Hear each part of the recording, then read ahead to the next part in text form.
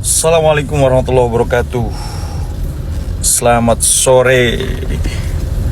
Miris melihat dan mendengar jaksa penuntut umum membacakan tuntutan terhadap artis Nikita Mirzani dengan tuntutan yang luar biasa.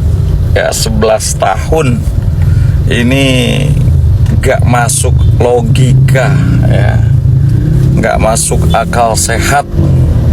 Secara kita tahu bahwa dugaan tindak pidana yang disematkan terhadap artis Nikita Mirzani itu hanya dugaan tindak pidana pemerasan. Ini pidana pokoknya, ya, gitu loh. Jadi pasal 369 Kitab Undang Hukum Pidana, ya, jadi pasal 369 KUHP itu sanksi pidananya 4 tahun penjara. Bagaimana bisa terjadi dengan tuntutan yang disampaikan oleh JPU yaitu 11 tahun? Kalaupun pencemarannya, pemerasannya, ya, pemerasan dengan ancaman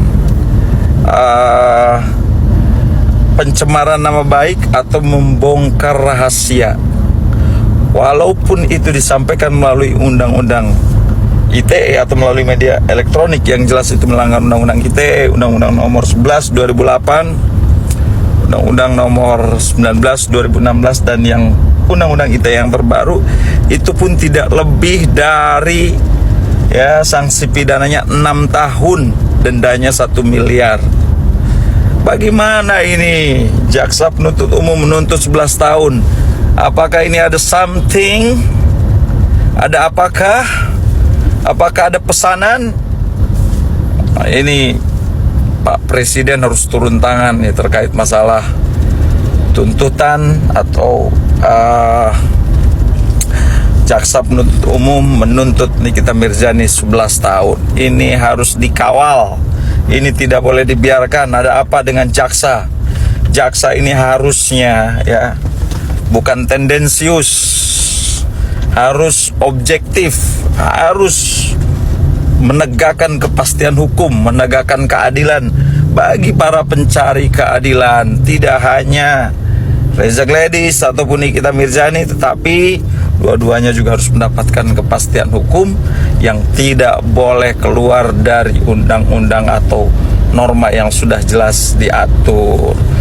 Kawal terus kasus Nikita Mirzani.